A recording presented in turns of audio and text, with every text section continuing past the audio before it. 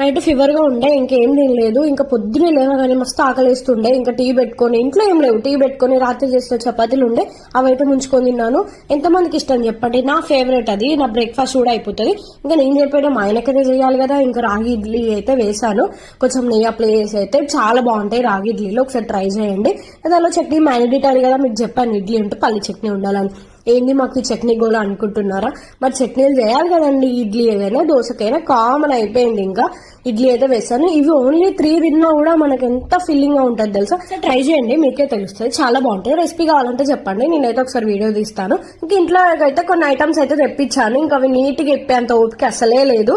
ఇంకా రేట్లు అయితే ఈ మధ్య అసలు వాసిపోతున్నాయి నిజంగా చెప్పాలంటే.